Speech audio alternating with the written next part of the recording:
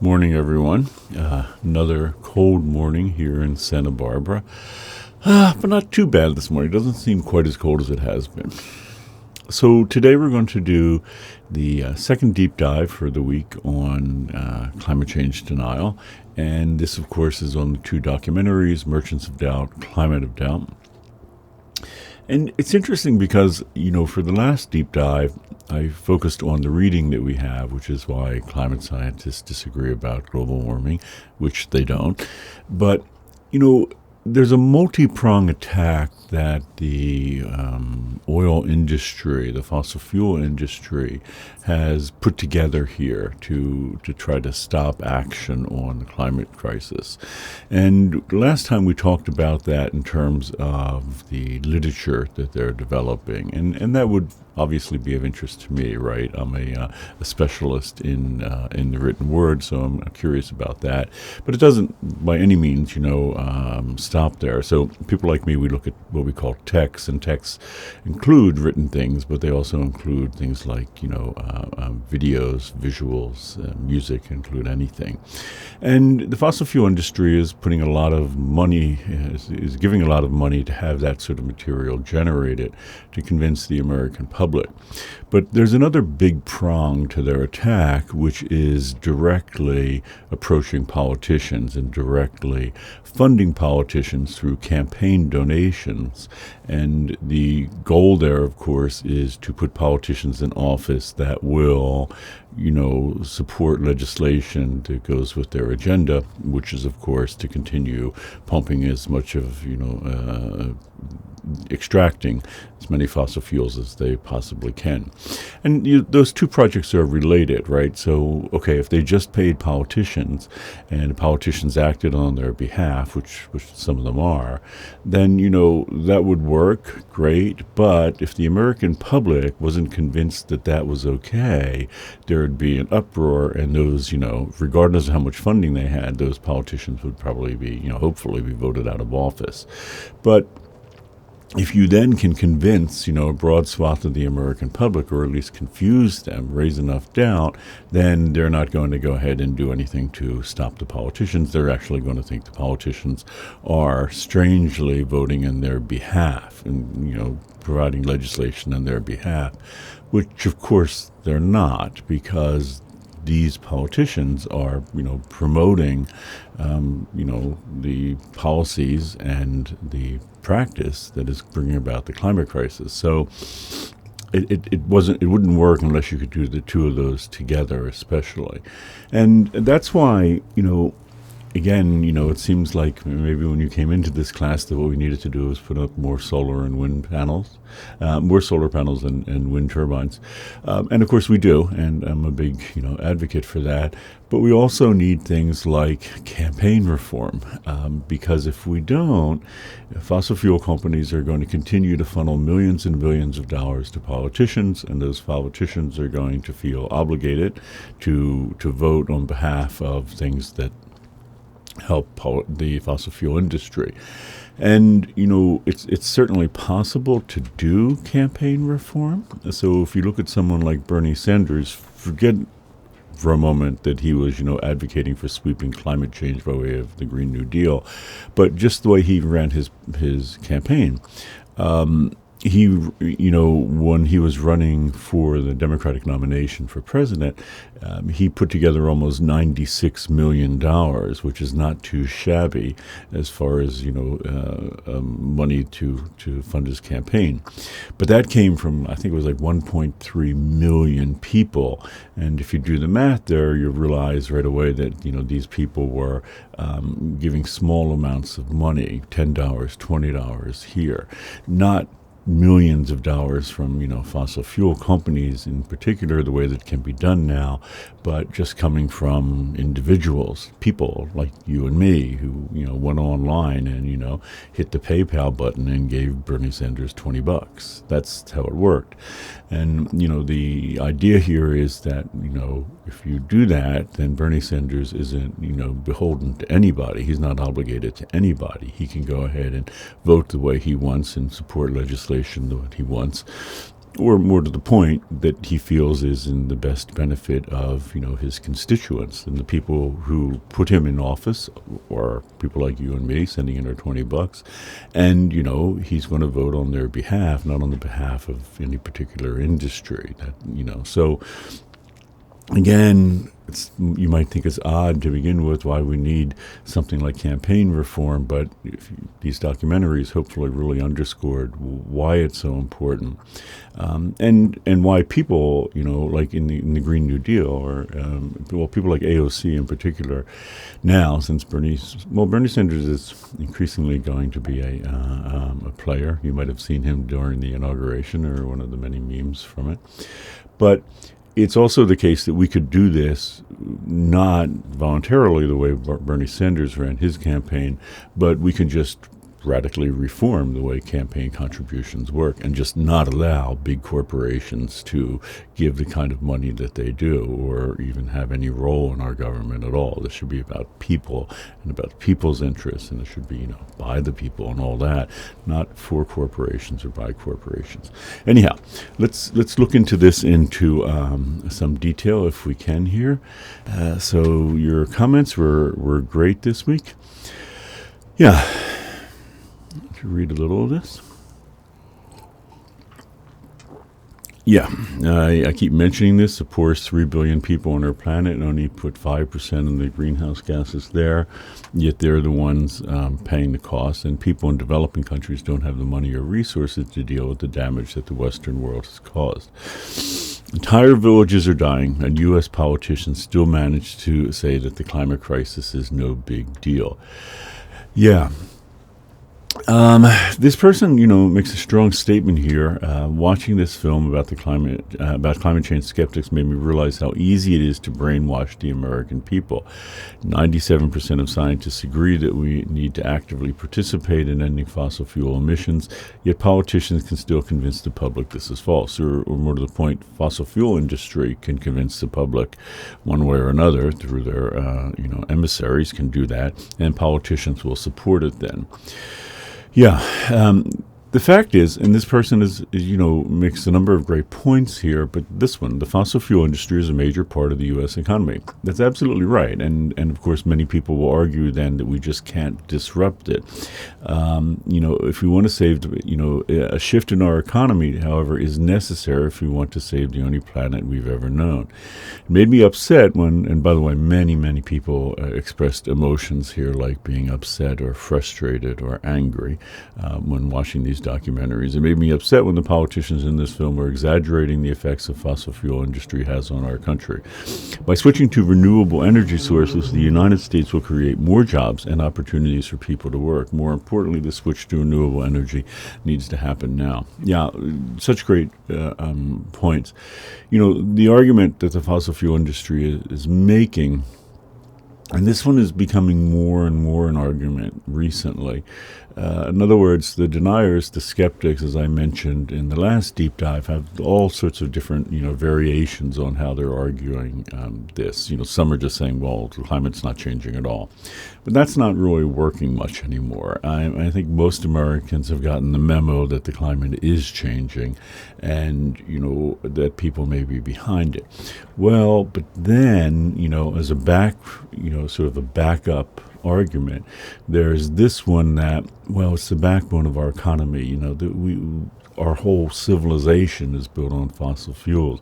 We just can't change that. It's too big. It would be too disruptive. Well, we have to, or our civilization is not going to endure. I mean, you saw with David Wallace Wells what would happen if we're getting, 3-4 degrees of temperature rise Celsius. I mean, it would be enormously disruptive. And it's not like it's impossible, and that's the what's so problematic about that argument, because renewables are entirely not just possible, not, and it's not that it doesn't scale, it does, but they're also economically viable. It's absolutely something that we can do. So that argument, yes, it is going to be disruptive. Yes, people are going to, have to lose jobs and all. But as this person rightly noted here, this will create more jobs and opportunities for people to work. And I think I've said it to you before, but if you have any real practical, personal takeaway from this class, hopefully you have a lot. But one might be to think about what the future will hold and what opportunities will develop. And there will be opportunities, but it depends on what industry you go into. So if you decide to go into the coal industry, as a career, I got to tell you, here's the practical takeaway. That's not a good idea. If you go into something like solar or any of the things we're going to talk about in this class when we get to solutions, that probably makes a lot of sense. These are emerging industries that are going to do very well as we transition into a new kind of economy. On a practical note, you want to be part of that new economy. Do not, take my advice. Do not rest your hopes and you put your future into something that's going to have to change. But that attitude, and hopefully you'll have that, but hopefully that would be the attitude of all people now, you know what I mean, that we need to look to the future and not only for the planet, but for, our society to prosper and all that, but personally, you need to think about what the future is going to hold for you and things that you can do that will work out okay for you, but also, profit not just you, but the planet. Okay, next comment.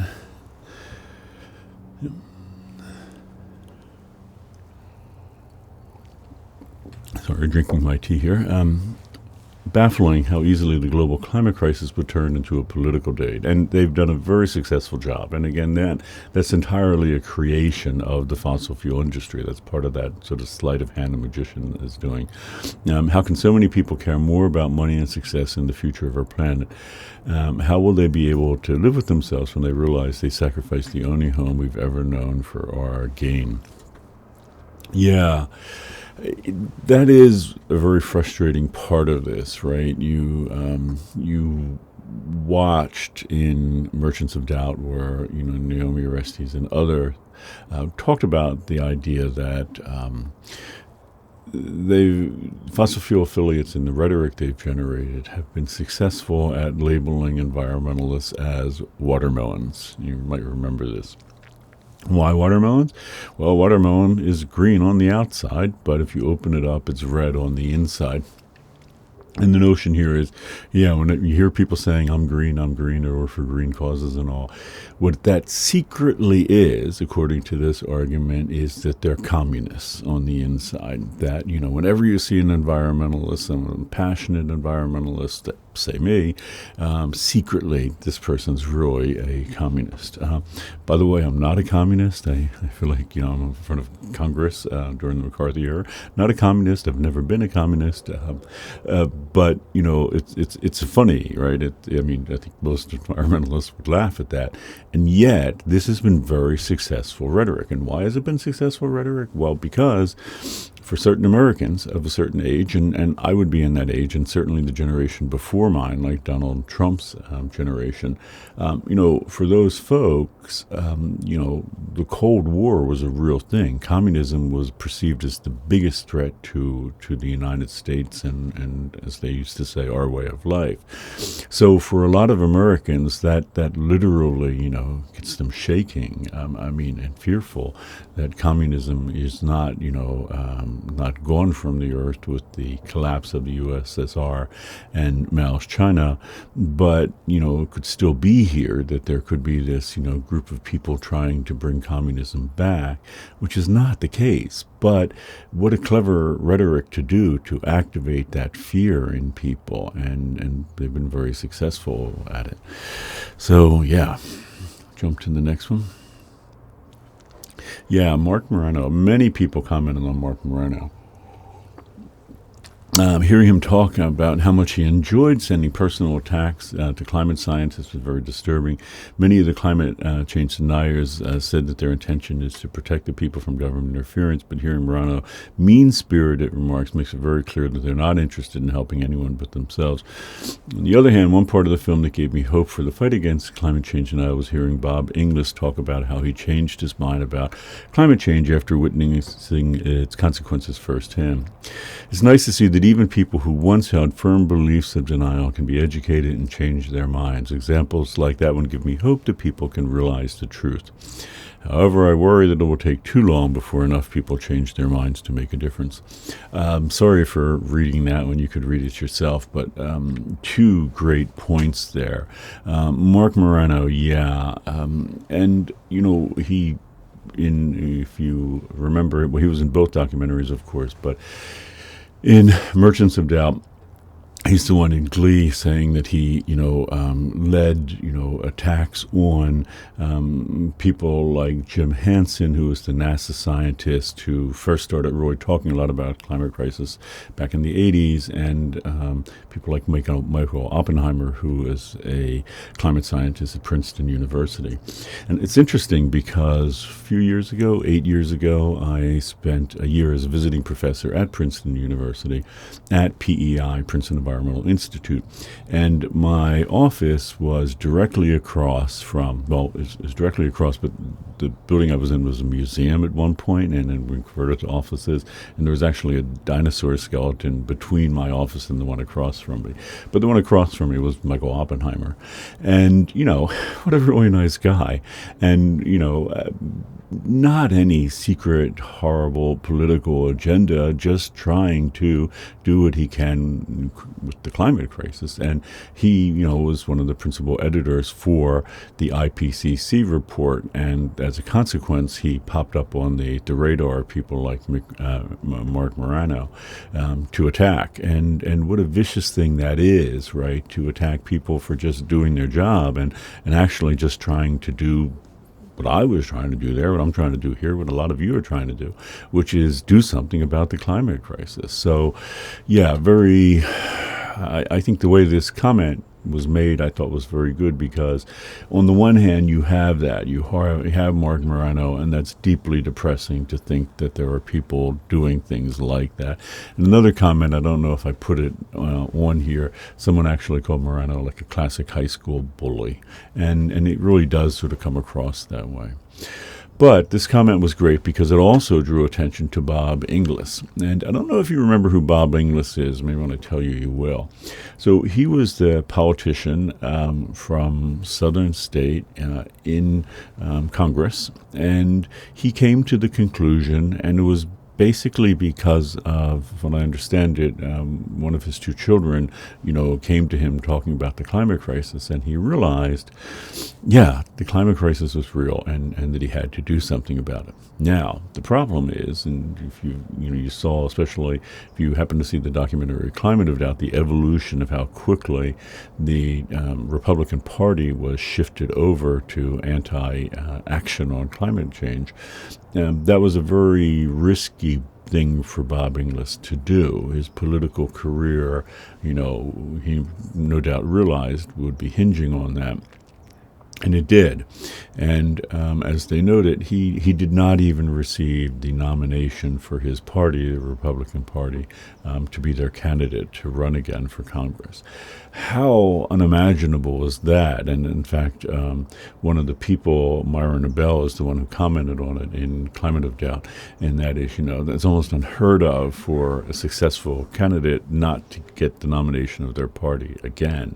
And yet he didn't. And it made very clear just how this issue is very, very much down party lines at this point. But why this person made the comment about Bob Inglis, it's just, very comforting to see. And more than once, watching Bob Inglis is, it brought a tear to my eye because, when you saw him in Congress saying that, the last time he addressed Congress, that, think about this for a minute. Now, forget about climate change and think about it in those terms. What if you had a sick child and you went to 100 experts, and 98 of those experts said this is the way to do it. This is the problem. This is what you need to do, and two didn't. Would you ever possibly go with those two rather than the 98? And 97% of climate scientists, and it's actually more, and he's quoted 98, but it's more than 99 at this point, absolutely agree that this is happening. We have to do something. So of course you're going to do something. Engels felt a moral obligation, presumably, to his children and their future, and he did the right thing. Unfortunately, it cost him his career, but it is comforting to know that there are people like that in the world, I think. So, yeah. Although there are many quotes that resonated with me throughout the film, one in particular sent chills down my spine. This is from the tobacco industry. Doubt is our product. It sickens me that there are mega million corporations that have lied about their harmful product or production for monetary gain.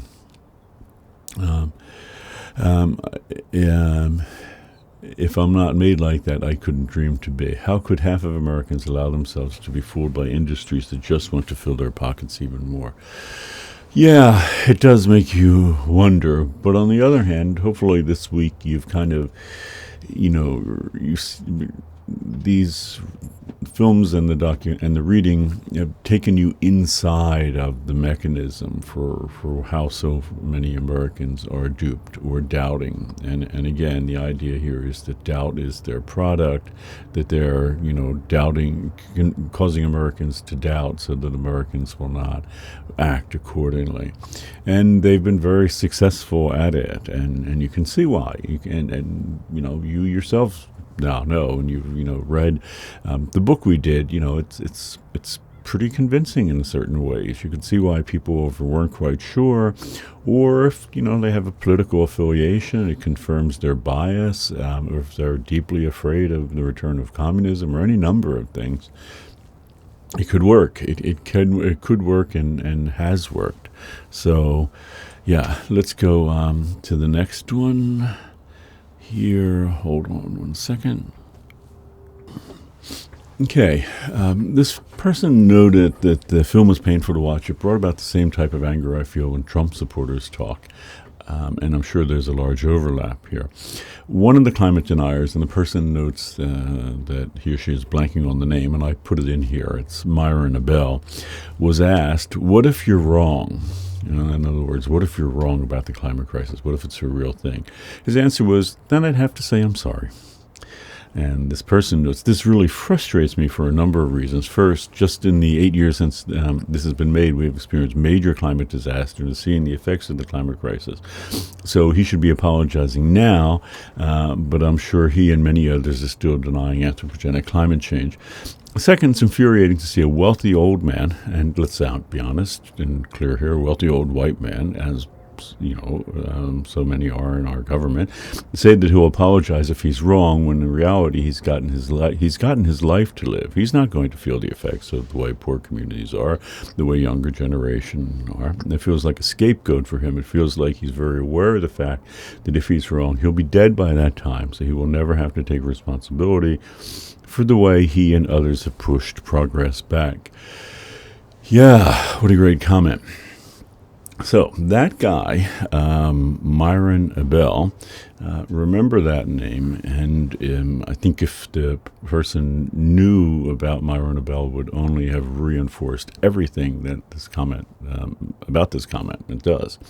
So Myron Abel has been around for over 20 years as a professional climate change denier. Way back in the late 90s, before probably a lot of you were born, he was part of like a task force put together to figure how they could stop action on the climate change, which again is being, this was funded by the fossil fuel industry. He shows up again after this film was made, and this person was wondering, should he be apologizing now, and what's Myron Abel doing? Well, 2016, when Donald Trump was elected, one of his campaign promises, and this is not me taking the opportunity to rag on Donald Trump, I just want to tell you about the history of Myron Abell here. One of Trump's campaign promises was that he would do away with the EPA, the Environmental Protection Agency. Let's just pause on that for a moment. Why would you want to do away with a milestone organization that's been around for almost 50 years now, that the whole purpose is to protect the environment, and not just the environment, but people too? I mean, we should all be happy the EPA exists. Why? Well, if a factory decides to, set up shop down the street from where we live, it's nice to know that there are people making sure that that factory is not going to be polluting our local water. It's not going to be putting, things in the air that could cause problems for us, and in general, protecting the environment, protecting us. Trump's argument was that he would do away with the EPA, and the stunning fact is that he was voted into office with that policy. But anyhow, he put together a transition team to see what would happen with the EPA. As it turned out, he didn't destroy the EPA, but it was radically changed. Anyhow, the person he put in charge of that transition team was Myron Abell. For a while there, and this is before Trump actually appointed a new director of the EPA. Some people, myself included, thought that Myron Abell was going to be the director of the EPA. In a way, of course, that would be more dangerous than just destroying it, because someone like Abell would dismantle it and change the policies of the EPA dramatically, which is what happened in the last 4 years, although Myron Abell wasn't ultimately named EPA director. But just think about that for a moment. That guy that this person is railing about, saying, we'll just have to apologize. That was the person who began the 4-year reshaping of the Environmental Protection Agency, so that it really doesn't quite protect the environment, at least not the way that it did.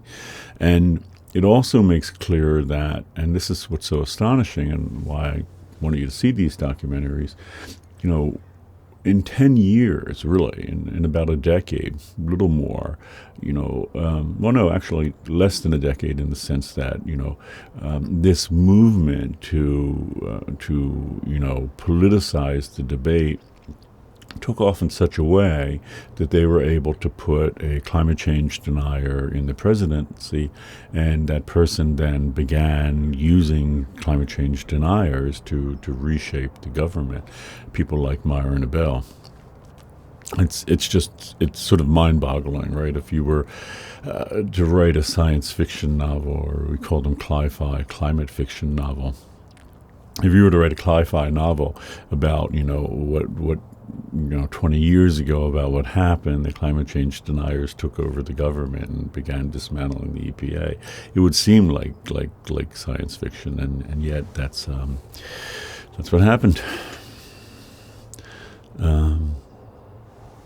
So this person is obviously commenting to someone else, I feel confused and angry and frustrated. But this was a great comment. I grew up in China, a country that has begun to pay more attention to climate issues in recent years. Most Chinese students have developed the awareness of protecting the environment. If you ask a young girl on the street if she believes in the climate crisis, she will, the answer she will give is very likely yes. When I entered high school, my geography teacher even spent a whole period teaching us the seriousness of global warming. I still remember he showed us a clip, iceberg is melting, and that animals such as polar bears lost their habitat. So one of the great things about a school like UCSB is that we have a really strong international community, and I've always been of the mind, by the way, that you can, and don't tell anyone that doesn't apply to this, but you can tell a really great university if it has a really strong international community. Places where I've taught, like Harvard and Princeton, it's always the case. And it's wonderful because we have such diversity right in our classroom, and, a number of people actually in their comments commented on China.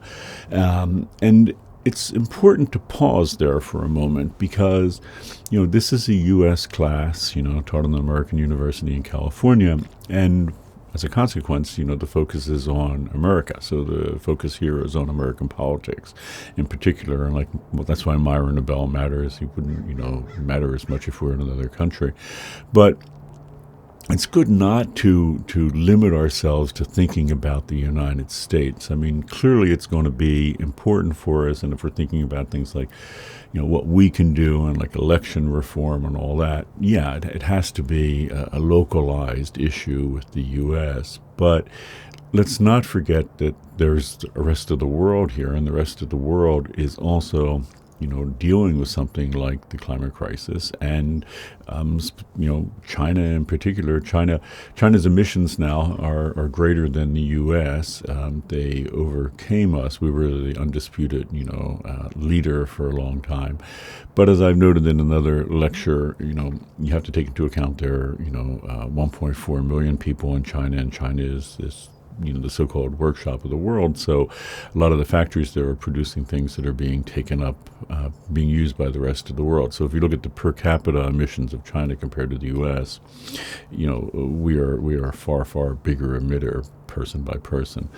But it is interesting that in countries like China, they have responded to the crisis in a way that we haven't. And most of the world has responded in a way that we haven't. And if you don't believe that at face value, remember, we were the only country that pulled out of COP21, the Paris Agreement. Donald Trump pulled us out, of course.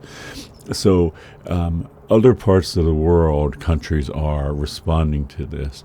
China, I think, in different ways became alerted to the problem. For example, Beijing had a huge air pollution problem, a smog problem. The kind of, you've seen the pictures from like a decade ago coming out of like around Beijing. It was like LA or in the 1960s, and people just got frustrated with it, is my understanding, in China, and real change is happening, and change in the China has more installed solar than anywhere on the planet now. I've given these statistics before. 99% of all electric buses are in China. 19 out of 20 electric bicycles are in China. So China is really working on this, and it is disheartening, I think, that every country pretty much is trying to do something here. They may not know quite what to do. They may not know how to finance it and all, but they're still trying to act on this. I mean, there are exceptions, but the U.S. is the most glaring one, and the profound irony here, which is why we should be embarrassed in the rest of the world. Like if we all went to a big room where you meet people from all over the planet, I think we should be embarrassed and, I don't know another word for it, ashamed. I mean, we were the principal emitter for the whole, virtually all of this time, and we're the number one problem. If you were to say, well, pick one country, which is the country that would exemplify, doing everything wrong and creating this problem, it would be the United States. And yet, then we arrogantly are, with Myra and Abel saying, well, we'll say we're sorry if it happens. That does kind of make one, embarrassed or ashamed to be an American in that regard.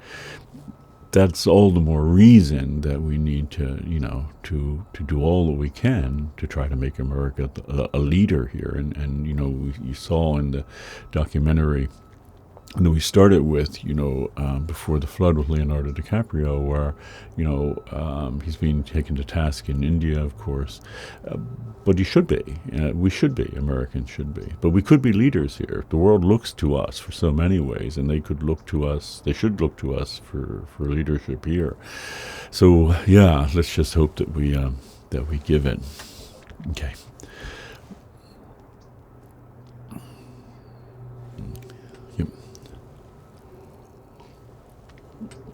So this person rightly notes, and it's a good point, that climate change deniers, reliance on sowing haphazard, often contradictory doubts and general discord. Such a pervasive lack of consensus would be a weakness in any other movement, but is exactly what makes climate change denial so infectious and insidious. In other words, if the other side, if those 97% of climate scientists were all like in disarray, and they're all saying, haphazard things, that would destroy their credibility, because it would be like, well, wait, you guys, you're all in disagreement. You don't know what's going on. But that's exactly what the deniers are doing.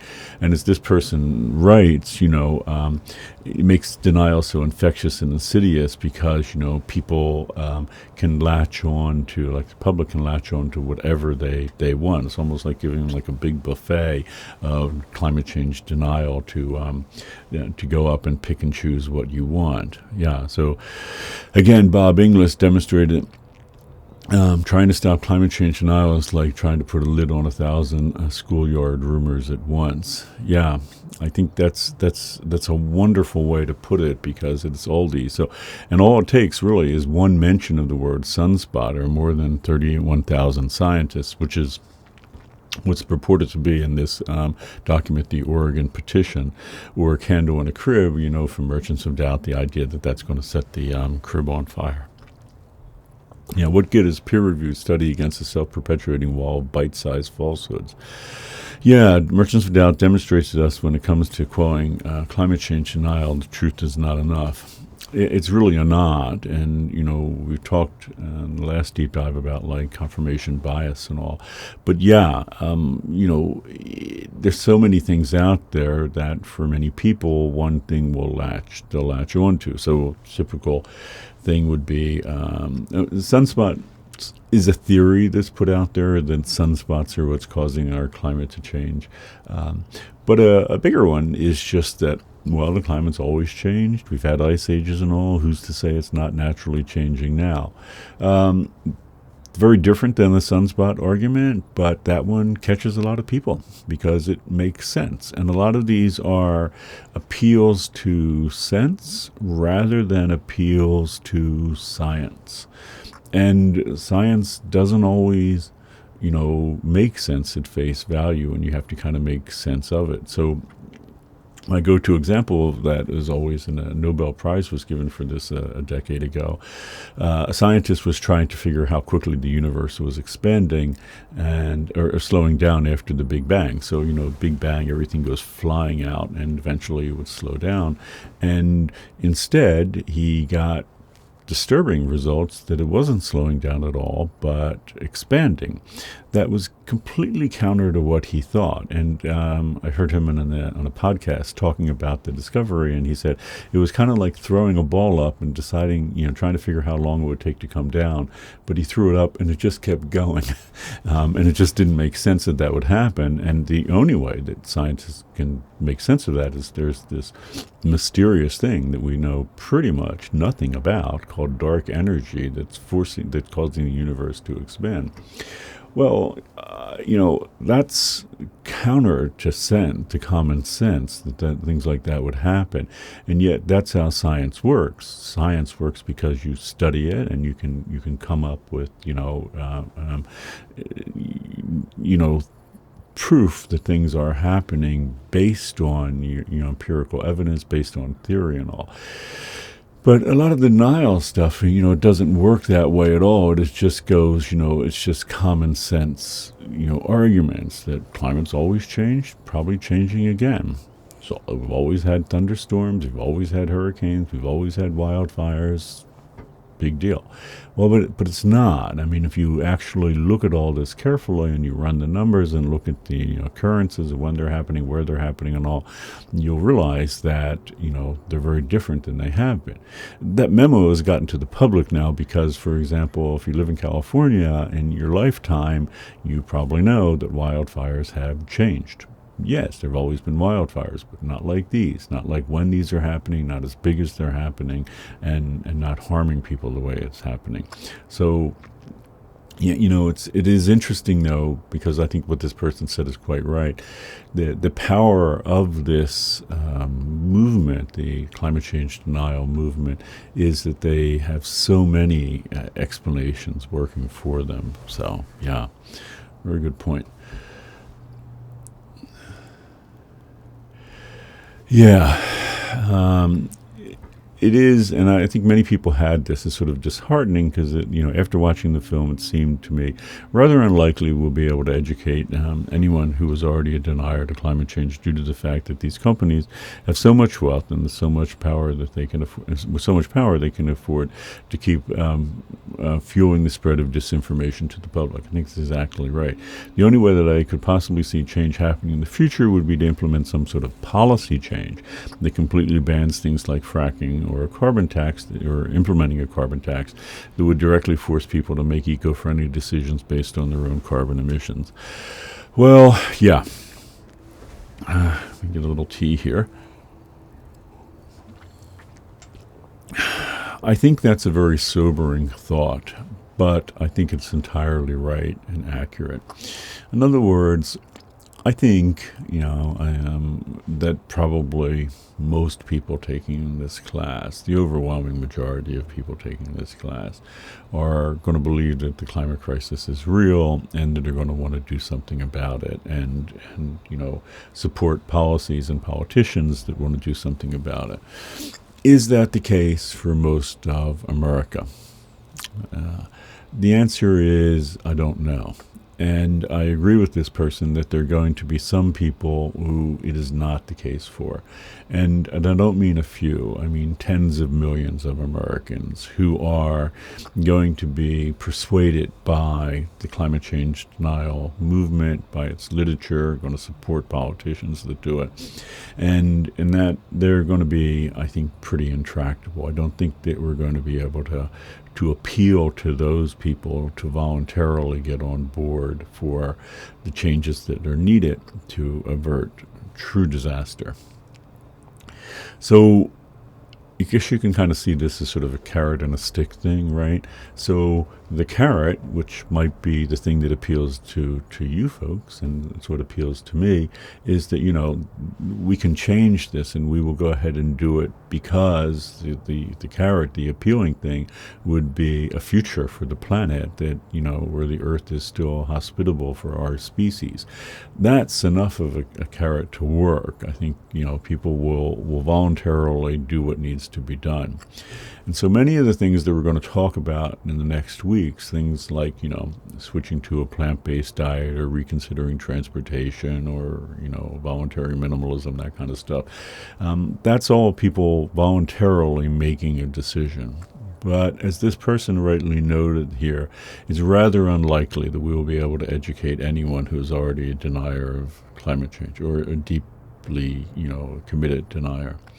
So we will need other things, and that, I guess, is the stick. And what I mean by that is, well, if we price carbon and we make everything go up in price so that gasoline doubles in cost, that will cause people to change. In other words, there will be some people, no matter what you say, will probably never want to give up their SUV. They're just going to want to keep it.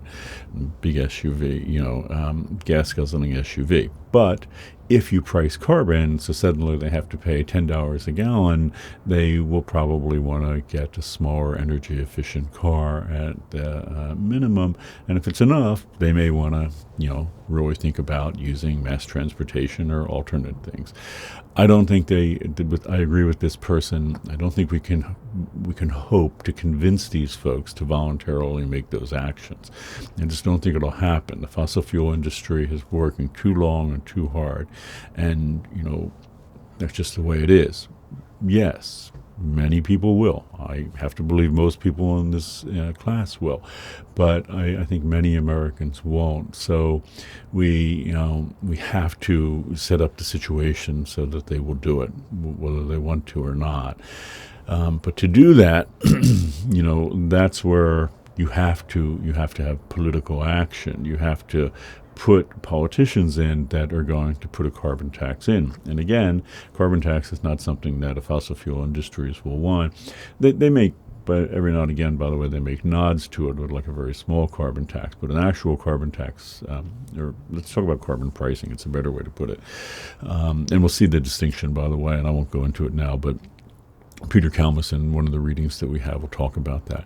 But pricing carbon, is something that you have to do at a government level. You can't just voluntarily do it. You can't go up to the, to a gas pump and say, would you like to buy, gasoline for $4 a gallon, or would you like to pay $10 a gallon, and voluntarily, go along with carbon pricing? And that's not going to happen.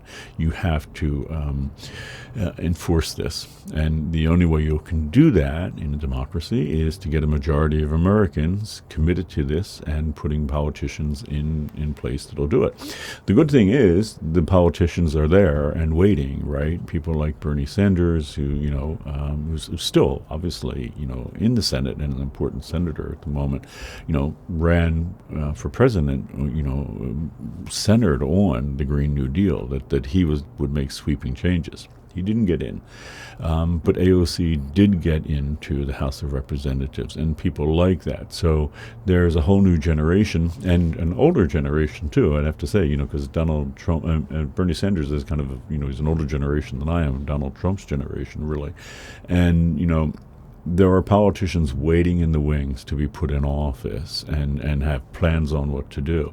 But we have to do that, because Americans aren't going to voluntarily do it, not a sufficient number. So I thought that was such a great comment here. So, yeah. So, cigarette industries, had proof. They had it for decades, 1950s especially. Since then, yet you knew their product was killing people and blatantly admitted guilt to each other, yet the pool of profit was still more valuable to them than the lives of human beings. Surprised the effect other big companies in order to persuade purchases of cigarettes were not a problem. They convinced people to fill couches with dangerous chemicals. These are fire retardants, basically poisoning them, in order to take any action toward making their products safer. I simply do not understand how executives and spokespeople are content with themselves and can live with themselves when all they do is mislead people and endanger them. Yeah, so what was so good about the book, Merchants of Doubt, and of course the film that came out of it, and Climate of Doubt, which in many ways was a documentary inspired by Merchants of Doubt, is that it looked at the tobacco industry. And, if you wonder, could an industry really do something like that? Could the people who run that, as this person here calls them, the executives and spokespeople, could they live with themselves doing what they do? And absolutely could, and did. This person started with a great comment here at the beginning. The cigarette companies had reported proof. One of the things about these documentaries, they're both a little old. They're both like 10 years old, or nearly so. And that may not seem like a long time, but in climate change, that's a long time. People talk about like internet years, like the internet and technology surrounding it is increasing so fast, you really have to stay on top of it. But what's happened since then is, we now know that the tobacco industry knew about the problem beforehand. When these films were made, we did not know how much the fossil fuel industry knew about the problem beforehand. And I've mentioned it in another video, but I'll say it again here because it's so appropriate to this person's really apt comment. Exxon in the 1970s, began studying the problem, outfitted its ships to be mobile laboratories because they had, big tanker ships crisscrossing the planet, and very quickly concluded that the climate crisis was happening and was going to be a huge problem. So, and that was only disclosed in the last 10 years, because what happened was they had all these studies, they had all these documents, they had very good scientists in the sense of accurate, effective scientists who came to this conclusion, but the executives for Exxon quashed it and concealed that information. And because of journalists like Inside Climate News, which is a very good website, and which won a Pulitzer for this, as well as the LA Times, which also did work with it. We now know that they knew this. They knew what was going to happen. They knew that it was pivotal. They knew that they needed to act. but we as a species needed to act in the 1980s, right? This is like at the end of the 70s when they were doing it, and this was the report that the scientists gave them. And having that in hand, I mean, and it's why, this person and so many other people, commented, I mean, how do you not act on that, right? I mean, is your, dedication and love of profit so great that you would knowingly do this to the planet and to everyone on it? And I don't just mean every human being, but all beings, all animals, plants, everything.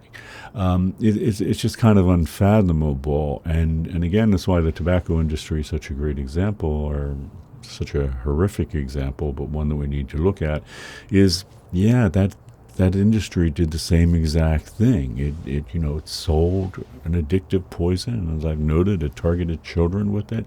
And, these folks running these corporations felt utterly, justified in doing it, and it's a real problem. And again, I'm not saying we all have to have, big, huge government. Certainly not in the sense of like, communism or anything. But we do need a government that looks after people and that can, not let corporations like this get away. That can, put in, legislation that will reel them in and control them. We cannot let, if these two examples are any indication, the tobacco industry and the fossil fuel industry, we cannot let it up to them to do the right thing, because they've proven, and we could go for other examples, corporations have proven again and again that they will act in the interest of profits and, their stockholders rather than the interest of people. And that we just can't allow that to happen. So, yeah. So this person was aware of, that the climate crisis was political, but unaware of the extent to which politics affected the issue. For the most part, I was under the belief that climate change skepticism was relatively rare, and that only such a big issue became because a minority of people, being policymakers, members of Congress, and lobbyists, held a large amount of power. While this is true to an extent, I was completely unaware of the sheer amount of people who were in the dark about the issue of climate change. Yeah, I think, first off, this person is not alone. I think there are a lot of people who are just deeply unaware of the extent to which this is a problem and how it is impacting the country and policy now. And this person says that the sheer amount of people who are in the dark about the issue of climate change, it's, if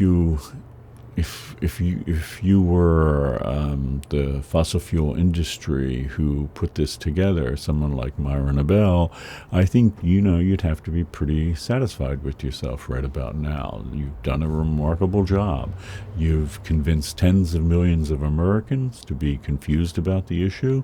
Your product is doubt, and you did a great job of selling it.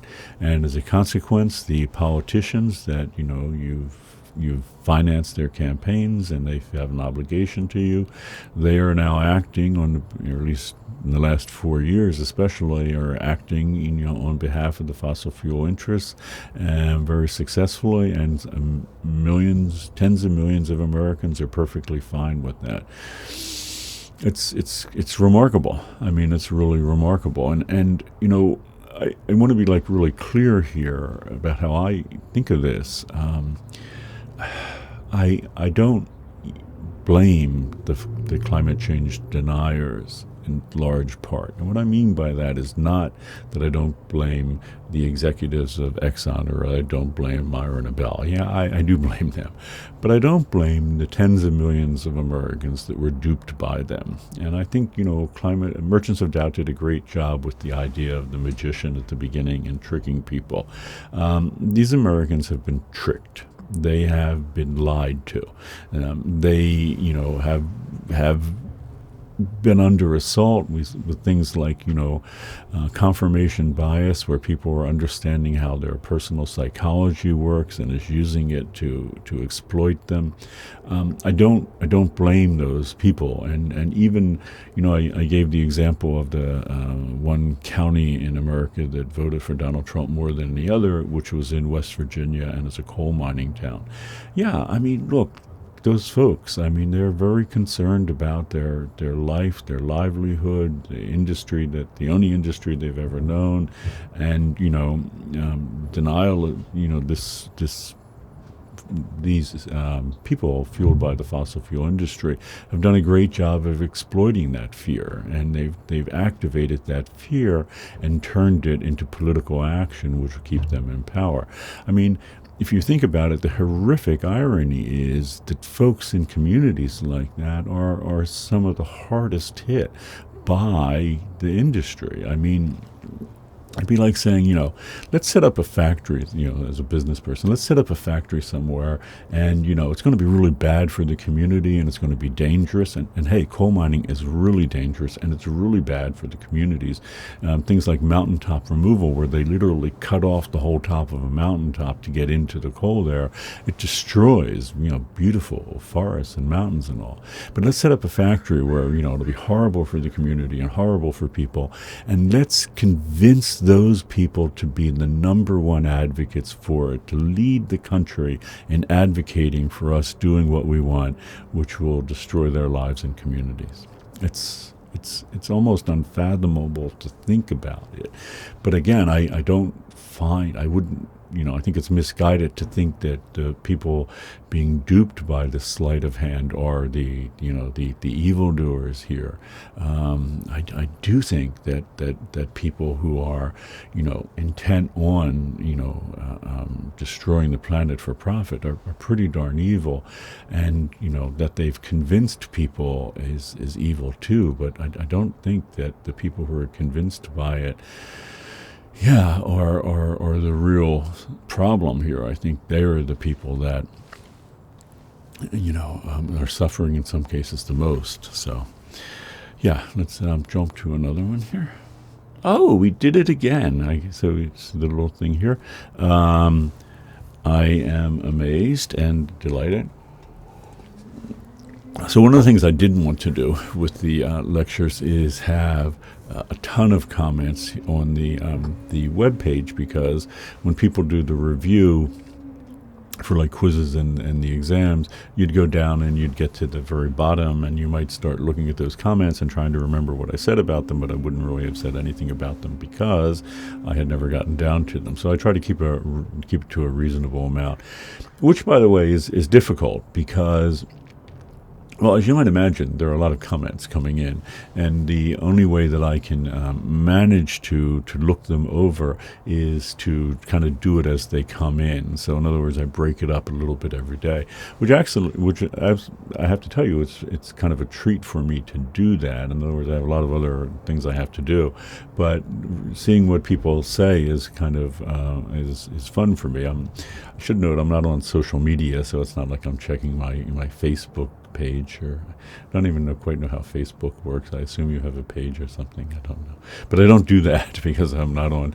I have like Facebook account and all for like Climate Crisis 101, but I don't use it. I just decided it would be a good idea to probably get that, but it is fun then for me, and a treat to read people's comments. And because we have such a diverse class and people are so interested in this topic and committed to this topic, and I have to say that more than anything else, I find it heartening and encouraging. In other words, I read a lot of this material, the problem with the climate crisis, and political problems, yes, but I mean the reality of what's happening and the effect of it and all. And let me be really clear, and you probably know this too now over the last 3 weeks. It's more than a little depressing, or can be more than a little depressing. So it's very heartening to look at your comments and have those to look at, and to realize that that a group of people anyhow, and that's you folks and your generation, part of your generation anyhow. I'm sure a lot of your generation is persuaded by climate change denial literature and aren't committed to it. But our class is it's very heartening for me, because I see a group of people really interested in the material and committed to the notion that we need to do something. And I know a lot of people just took this class because it was a GE requirement. I get that, and I get that you have other things that require the lion's share of your time. But just from the comments, and by the way, I know some people are phoning in the comments. I know that too. But so many of the comments, and the ones we've looked at here, and so many others. And by the way, if I don't get to your comment, I'm sorry. It's just so many that it's hard, and I just it's hard to pick and choose. But the comments are just so I keep using the word heartening, and I guess I want the word hard in there, but they're very touching and inspiring to me, and I think that's that's a good thing, because again, there are a lot of things that aren't very heartening at all that I read, but your comments are certainly not. Your comments are certainly just the opposite. Okay, I could go on and on. I think I've about hit an hour, so we'll stop there, and have a great week, and I'll be back again next week with 2 more deep dives. Okay, take care.